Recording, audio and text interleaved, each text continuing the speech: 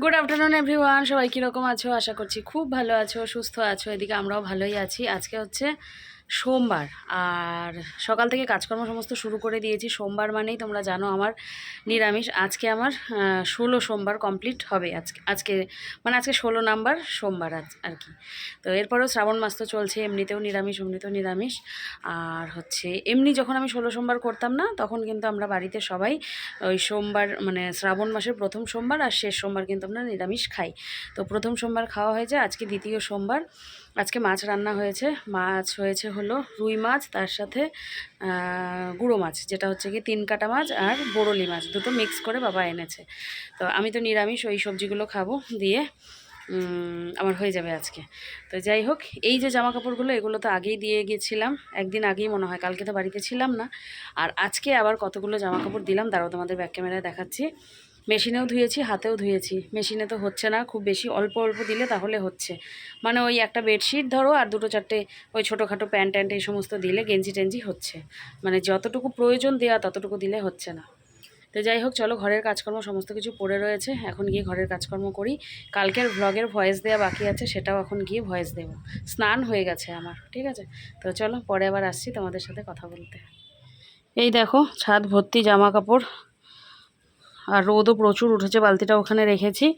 আর এখন আমি এগুলো সমস্ত জামা কাপড়গুলো নিয়ে চলে যাব, কারণ এগুলো সব শুকিয়ে গেছে, বুঝলে। তো চলো নিয়ে যাই, গিয়ে ঘরের পরিস্থিতি খারাপ হয়ে রয়েছে, তো সেগুলোকে এখন ঠিকঠাক করি। আর দেখতে পাচ্ছ কি রোদ উঠেছে, একেবারে খা খা করছে। আকাশ দেখো, মনে হচ্ছে কেউ তুলো ছড়িয়ে রেখেছে, এরকম লাগছে। একেবারে মনে হচ্ছে কি ড্রয়িং করা হয়েছে, এত সুন্দর লাগছে দেখে। মনে হচ্ছে যেন দুর্গাপুজো চলে আসছে, শরতের আকাশ এরকম লাগছে। যদিও দুর্গাপুজোর আর বেশি দেরি নাই। এই দেখো, সমস্ত জামা কাপড় নিয়ে আসলাম। কিছু ছাদে ছিল, কিছু বারান্দাতেও ছিল। এগুলোকে এখন সমস্ত ভাঁজ করব আমি। আর এইখানে দেখো সরঞ্জাম নিয়ে বসেছে, যেহেতু ওর ঘরে গরম সেহেতু এই ঘরে এসে বসেছে। আর আমার এখন মশারি টশারি কিছুই করা হয়নি, তাই ওকে ভাগিয়ে দিচ্ছি, তাড়িয়ে দিচ্ছি। তাই আমি চলে যাচ্ছি।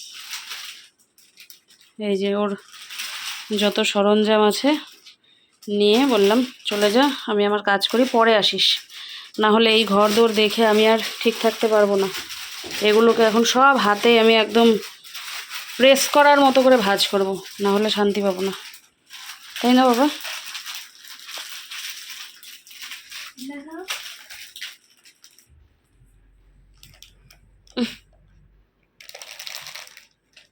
এই দুটো টার্টল, আর এটা স্নেলটা অনেক কিউট। ভেজা এখনো, উলি বাবালি। এই দেখো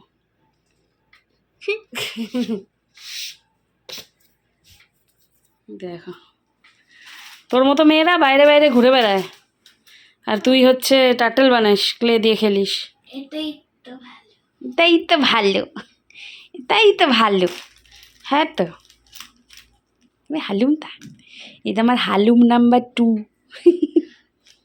আমি 1, ও 2। তাই? হ্যাঁ, আমি আগে থেকে হালুম। ও আচ্ছা, ঠিক আছে, চলো যাও, ওই ঘরে চলে যাও। কালকের ভিডিওতে ভয়েস দিলাম, বুঝলে। তো এগুলো এখনও ভাঁজ করা হয়নি, তো ভাঁজ করব। এদিকে টিভি চালিয়ে নিলাম, টিভি দেখব।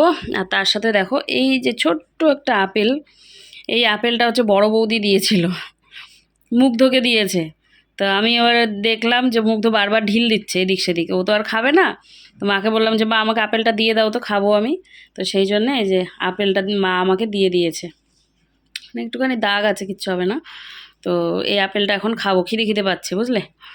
তো চলো খেয়ে নিই, আপেল খেতে আমি ভীষণই ভালোবাসি, তো সেই জন্যে খাবো। তবে বেশি খেতে পারি না, প্রবলেম হয়। তো চলো কাজও করি, তার সাথে একটু খেয়ে নিই।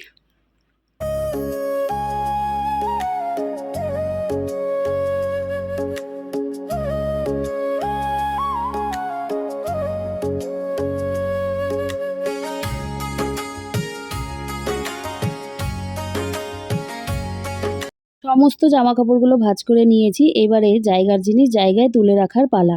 কি ভাবছো জামা কাপড় গোছানো আমার এখানেই শেষ? না গো, এখনও আরও অনেক জামা কাপড় রয়েছে। কারণ কি, ওই যে মাঝে শনিবার দিন বাপের বাড়ি গেলাম, একাদশী ছিল, আবার রবিবার দিন ঘুরতে গেলাম, তো দুদিন তো ঘরের কাজগুলো পেন্ডিং পড়ে রয়েছে, তো সেগুলোকে তো আমাকে করতে হবে। তো সেই জন্যেই না এত বেশি চাপ হয়ে গিয়েছে জানো তো। যাই হোক, বিছানার চাদরটাও এখন ঝেড়ে টেরে একেবারে পেতে নেব। তো যতক্ষণ না বিছানার চাদরটা ঝাড়া হচ্ছে ততক্ষণ তো আর ঘরটা ঝাড়ু দেওয়া যাবে না। তবে আমি কিন্তু বিছানার চাদর ঝাড়ার আগে একবার ঝাড়ু দিই, আবার কিন্তু যখন বিছানা ঝাড়া হয়ে যায় তারপর আবারও ঝাড়ু দিই। কারণ কি বলো তো, এই যে বিছানার ময়লাগুলো পড়ে যায়, আর প্রথমে ঝাড় দেই কেন? কারণ কি, এই যে বালিশগুলো নামিয়ে রাখছি সেই জন্যে, না হলে শান্তি পাই না। ওই ঘরে মেয়ে রয়েছে, আর এই ঘরে আজকে বেডশিটটা ভেবেছিলাম চেঞ্জ করব। তবে না, আজকে চেঞ্জ করব না, আগামীকাল আমাকে এমনিও চেঞ্জ করতে হবে আর অমনিও চেঞ্জ করতেই হবে। তো সেই জন্য ভাবলাম যে না, আজকে আর চেঞ্জ করে কাজ নেই। আর সাদা বেডশিট তো খুব মানে বেশি দিন পেতে রাখা আর কি যায় না। মানে ১ দিন থেকে ২ দিন ৩ দিন হলেই কেমন যেন একটা চোখ বন্ধ হয়ে আসে। পাতলেই জোর করে পাতাই যায়, কিন্তু না, চোখ বোজা হয়ে গেলে আমার আর ভালো লাগে না। আর ইদানিং দেখি দেবলিনার বাবাও বিছানার চাদর নিয়ে একটুখানি বেশিই মাথামারি করে আর কি। কারণ ওই যে একটুখানি মানে ২-৩ দিন পুরনো হয়ে গেলেই মানে চেঞ্জ করনি এইরকম। আর তারপরে আবার কখনো যদি দোকানে যাই কোনো কিছু কেনাকাটি করতে, ও সবার আগে আমাকে বলল, বেডশিট কিনবা, বেডশিট কিনবা। লাস্ট ১ বছর ধরে তোমরা বিশ্বাস করবে না, গত বছর পুজো থেকে ও আমাকে বলে যাচ্ছে বেডশিট কেনো, বেডশিট কেনো। আর আমি বলছি না, চলছে চলুক, চলছে চলুক। এই সেই বলে বলে ওকে আমি কাটিয়েই চলেছি জানো। ও আমাকে সবসময় বলে বেডশিট কেনো। জানি না কেন, হয়তো ওর ঘরের মধ্যে এই বেডশিট ব্যাপারটা ভালোই লাগে।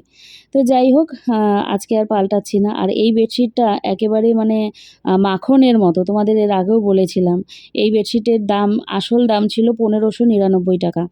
তো ১৫৯৯ মানে বুঝতেই পারছো, ১৬০০ টাকা। আর আমরা পেয়েছিলাম কিন্তু 499 মানে মাত্র ৫০০ টাকায়। যেহেতু আমরা শপিং করেছিলাম প্যান্টালুনস থেকে, তো সেই জন্য আমাদেরকে এই বেডশিটটা দিয়েছিল হচ্ছে 499 রুপিসে। এই অফার কি আর ছাড়া যায় বলো তো? তো ছাড়িনি। যাই হোক, মাঝে মাঝে ভাবি কি, এই যে কোলবালিশগুলো বা অন্যান্য বালিশগুলো, এগুলোকে না সরিয়ে রাখবো, কিন্তু সরিয়ে রাখলে রাখবো কোথায়? উপায় নেই। তোমরা অনেকে বলো যে বুলটি বিছানার মধ্যে কম বালিশ রাখবে, দেখতে ভালো লাগবে। তো দেখো, বালিশ তো রাখার জায়গা নেই সেই রকম, তো সেই জন্য বিছানার মধ্যেই রেখে দিলাম। যাই হোক, বিছানা তোলা হয়ে গেল, এইবারে কিন্তু আমাকে আবারও ঝাড়ু দিয়ে নিতে হবে। আর ঝাড়ু দেওয়া একেবারে মেয়ের ঘর থেকেই শুরু করেছি। ওই ঘরে মেয়ে বসেছে গেম খেলতে। তো সেই জন্যে ওর সাথে আমি আর এখন কথা বলছি না। কারণ কি বলো তো, একটা কথা বললেই আমাকে ২ বার ৩ বার করে বলতে হবে। তো সেই জন্য কথা আমি এখন আর বলছি না। আর এদিকে দেখো, দরজার পেছনে এই যে কাঠি লাগানো আছে, কাঠির মতো, তো সেখানে দেবলিনার বাবার জামাকাপড়, গামছা এগুলো থাকে। আমার মনে হয় এটা প্রায় বাড়িতেই থাকে। আবার এদিকে দেখো, আমি ঝাড়ু দিতে দিতে কিন্তু একটুখানি এদিক সেদিক ঝাড়াঝাড়ি করেও নিই। মাঝে মাঝে বারগুলো ভুলে যাই। এই যেমন সোমবারেই কিন্তু আমি ঝাড়াঝুড়ি করি না, কারণ দেবলিনার বাবার জন্মবার, তো সেই জন্যে ভুলে যাই। তো এই যে ঝাড়তে গিয়ে হঠাৎ মনে পড়ে গেছে, তো সেই জন্যে আর কিন্তু ঝাড়লাম না। আর এত ধুলো পড়ে না, তোমাদের তো আমি প্রায় ব্লগেই বলি, একটুও ভালো লাগে না জানো তো। তো যাই হোক, এই দেখো এখানে আবার পাপোশের মধ্যে চুল আটকে রয়েছে। তো সেই চুলগুলোকে আবার আমি কিন্তু পা দিয়ে ছাড়িয়ে নিলাম। ঘরে যে চুলের এত অত্যাচার, কি বলবো আর। আমার আর আমার মেয়ের মাথার থেকে মনে হয় আমাদের ফ্লোরেই বেশি চুল পাওয়া যাবে। যাই হোক, ঘরটা ঝাড়ু দেওয়া হয়ে গেলেই কিন্তু আমার কাজকর্ম শেষ, তারপরে বসে পড়বো খেতে। আর আজকে তো আমার নিরামিষ, তোমাদের বলেইছি সোমবার, আজকে শ্রাবণ মাসের ২য় সোমবার। দেখো, শ্রাবণ মাস পড়তে পড়তেও কিন্তু ২টো সোমবার হয়েও গেল। আর তোমরা বিশ্বাস করবে, আমাদের চারিপাশে দেবলিনার বাবার মার্কেটে সবাই জলপেশ বোলেবম যাওয়ার কি একেবারে হুড় লেগেছে। ওর বাবা তো বলছে মার্কেটে প্রায় মানুষই নেই, সবাই হচ্ছে বোলেবম গেছে।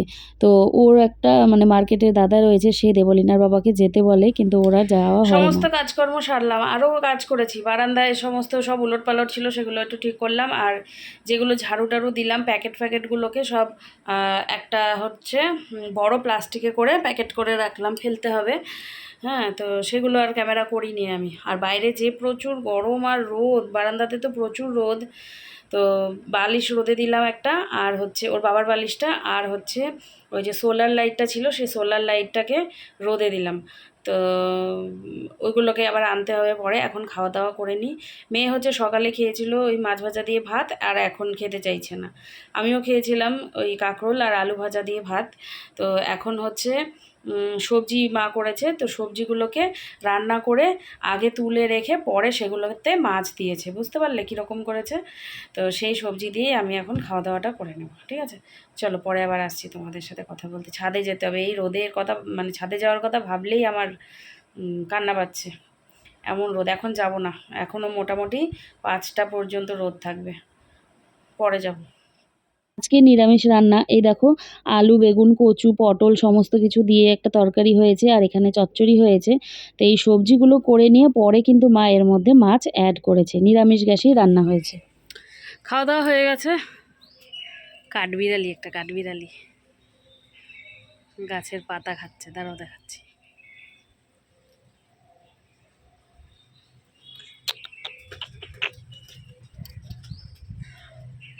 আমিও যাচ্ছি, ও যাচ্ছে।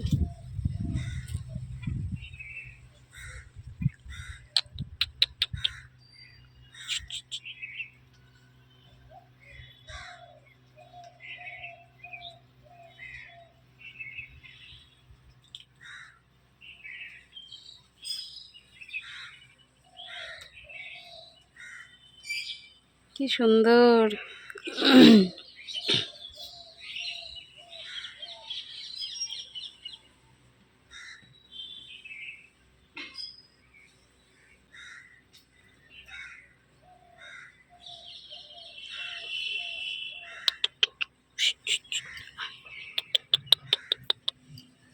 চলে গেছে, অনেক আছে এদিকে।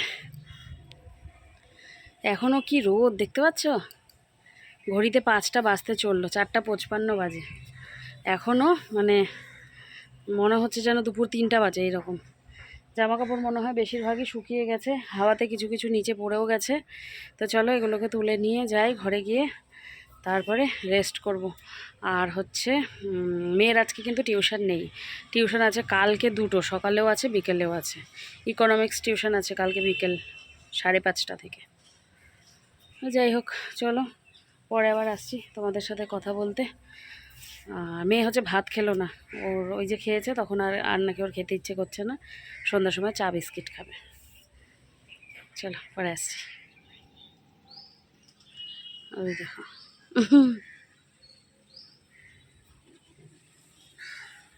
ও 2টো, ওই যে একটা।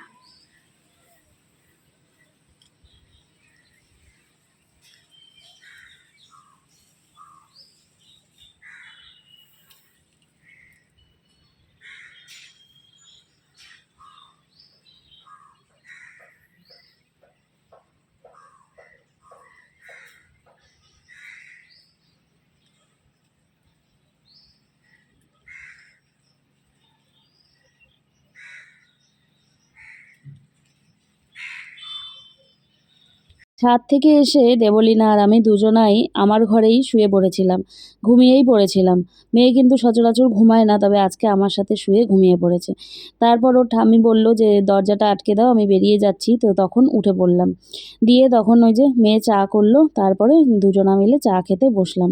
মা তো নেই, তো বলছিল কিছু একটা বিস্কিটের কথা, জানো তো ভুলে গেছি। Good evening. দেখো আমাকে কতবার করে কতবার করে আমাকে জামা কাপড় গোছাতে হয়, তখন দুপুরবেলা একবার দেখলে কতগুলো, এখন বাবা এদিকে আসো, জায়গা মতো রেখে যাও। এই যে নাইটি বালিশ কভার, এই যে এইগুলো সব এক জায়গায়, মেয়েরগুলো আলাদা আলাদা, মেয়ের ঘরে ওর বাবার শার্ট ওর বাবার শার্টের জায়গায়, প্রেস করলাম না, হাত দিয়ে সুন্দর করে ভাঁজ করলাম। আর এই দেখো আমি নাইটি কেমন করে ভাঁজ করি, এতে আমি না মানসিক শান্তি পাই, মানে একটা স্যাটিসফ্যাকশান আসে আমার। আমি কিন্তু এমনি করেই নাইটি ভাঁজ করি একদম, মানে যখন নিয়ে দাঁড়াও, যে রিয়া ফোন করছে, যখন আমি নিয়ে পড়ি আর কি, তখন আমি খুব মানে শান্তি মতো পড়ি আর কি। এই দেখো এইভাবে করে রাখতে আমার ভীষণ ভালো লাগে। আর যখন পড়বে তখন দেখবে কুচকা মুচকা হয়ে থাকলে কেমন লাগে, তাই না বলো? ঠিক আছে চলো রিয়ার ফোনটা ধরি, ওর আর কি কথা, কখন আসবা তাই। এই যে দেখো কটা বাজে।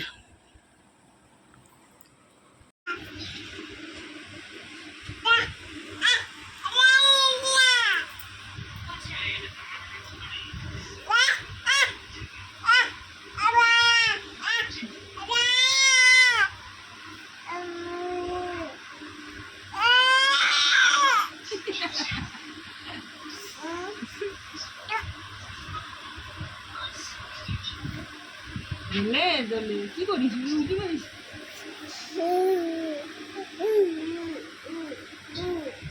দা তো মুখ ভেঙে দাও এই যে এই যে বাবা মুখ ভেঙে দাও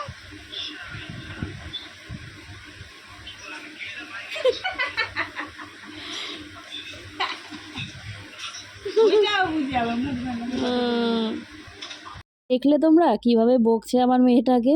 আসলে দেবলীনা ওকে নিয়ে চটকে দেয়, আর সেটা ও পছন্দ করে না, সেই জন্য দেবলীনাকেও বকতেই থাকে। যাই হোক, এদিকে দেখো রাতের বেলা খাবার দাবারের ব্যবস্থা চলছে। তো মেয়ে তো ভাত খেয়ে নিয়েছে ও ঠাম্মির সাথে মাছ দিয়ে, আর ওর বাবা মুড়ি খেয়েছিল, আর এদিকে আমিও দুধ মুড়ি কলা খাবো। তো মেয়েকে বললাম দুধটা একটু গরম করে দে, তো সেই জন্য ও দুধ গরম করে দিচ্ছিল। আর আমি হচ্ছে ওইদিকে মানে কলা দিয়ে খাবো। তো তো রাতের বেলা কলা খেতে হয় না যদিও, কিন্তু আজকে আর উপায় নেই, আমাকে খেতেই হবে। তো গ্যাস আমি ধরতে পারবো না, তো সেই জন্যে কিন্তু মেয়ে দিচ্ছে, না হলে আমিই নিয়ে নিতাম। তো তারপরে দেখো কলা ভাগ্যিস ছিল ঘরের মধ্যে। তো এইদিকে দেখো যে কলা দুটো নিয়েছি, ছোট ছোট কলা, সেই জন্যে। ওইদিকে ওর বাবাকেও বলেছিলাম তুমি কি আবার একটু খাবে, তো বলছে যে না খাবো না। তো তারপর আমিই খেয়ে নিয়েছিলাম। কালকে যে জায়গায় বসে ভিডিওটা শেষ করেছিলাম আজকেও সেই জায়গাতেই বসলাম এসে, কারণ ওই ঘরে ওর বাবা তো টিভি দেখতে থাকে, সেখানে কথা বলতে অসুবিধাই হয়ে যায়। তো সেই জন্য আমি কিন্তু রাতের ভিডিওটা শেষ করতে মেয়ের ঘরে এসেই বসি, আর ওর সাথে একটু গল্প করি খাওয়া দাওয়ার শেষে। প্রত্যেক দিনই আবার বকাঝকা করি। একজন বলেছো যে রাতে ঘুমানোর আগে দেবলীনাকে বকাঝকা করো না। তো বকাঝকা না করলে শুবেই না, আমার পেছনে ঘুরঘুর করতে থাকবে, না হলে বসে থাকবে। কীভাবে জানো, এই যে এইভাবে করেই বসে থাকবে, শুবেও না, মশারিও করবে না, শুধু শুধু। আর ও যতক্ষণ না শোয়, আমিও তো শুতে পারি না, আর আমার তো শুয়ে যে ঘুমিয়ে পড়বো তাও হয় না, এডিট করতে হয়। তো সেই জন্যে আমার প্রবলেম হয়ে যায়, মানে আমার অনেকটাই দেরি হয়ে যায়। তারপরে কি হয় বলো তো, হয় এডিট হয় না, নয় ঘুম হয় না, যে কোনো একটা এরকম সমস্যা হয়ে যায়, সেই জন্য ওকে বকতে থাকি। তো যাই হোক, একটা কথা সরি। একটা কথা বলার ছিল, তোমাদের বলার আছে। যেটা হচ্ছে কি, আজকে বাবার বাড়িতে গিয়ে আমার একটা বিষয় খুব খারাপ লেগেছে। তো দেখো সেটা মানে কি বলবো, আর না বললে না বলতেই পারতাম, কিন্তু আমার খুব খারাপ লেগেছে। আর তোমাদেরকে যেহেতু ফ্যামিলি মনে করি, তো মানে কি বলো তো, একটা মনের কথা তোমাদের সাথেও শেয়ার করতে ইচ্ছে করে। আমি সামনে বসেছিলাম, তো দাদা আসলো কাজের থেকে, তো মা আবার কিছু একটা কথা বলেছে। তো কী বলেছে আমি আর বলছি না তোমাদের। তো দাদা এমন ব্যবহারটা করলো মায়ের সাথে, মানে হঠাৎ করে একেবারে মুখের সামনে আঙ্গুল নিয়ে গিয়ে, আমি ওখানে বসে রয়েছি, দেবলীনার বাবাও ছিল, তো মুখের সামনে আঙ্গুল নিয়ে গিয়ে এমন করে দাদা মায়ের সাথে কথা বললো, আমার দেখে খুব খারাপ লাগলো। তো আমি মাকে আবার বললাম তুমি কি বললা কি বললাম, আমি কথাটা প্রথমে শুনতে পারিনি যে মা ওকে কী বলেছে। তখন মা বলছে যে কিছু বলিনি, পরে বলবো থাক, পরে বলবো থাক। তো পরে আমি হলো একটু মাথাটা খাটালাম, দিয়ে বুঝতে পারলাম যে মা কী বলেছে। তো দেখো বয়স হয়েছে, তো একটু এদিক ওদিক কথা হয়ে যায়, বয়স কি বলবো, বয়সের কথা চিন্তা করেও একটুখানি কিন্তু দাদা ভালোভাবে উত্তর দিতেই পারতো। তারপর আমি বসে বসে ভাবলাম যে আমি সামনে বসে আছি, তো আমি আবার ভাবছিলাম যে আমি এখানে বসে আছি, তাতেই দাদা মায়ের সাথে এরকম ব্যবহার করলো। আমি যখন থাকি না তখন হয়তো আরও বেশি খারাপ ব্যবহার করে, যদি নাও করে আমার মনে কিন্তু সেটাই হলো যে হয়তো আমি যখন থাকি না তখন হয়তো দাদা আরও বেশি খারাপ ব্যবহার করে। কারণ মা এমন একটা কথা বলেছে যেটাতে দাদার রাগ দেখানো মানে সাজে না।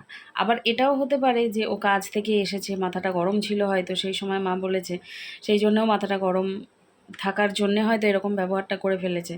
কিন্তু এটা উচিত না, বুঝলে, মানে কি বলবো, এটা উচিত না। যারই মা বাবা হোক না কেন, যেই হোক না কেন, একটুখানি ভালো মতো উত্তর দেওয়াই যায়।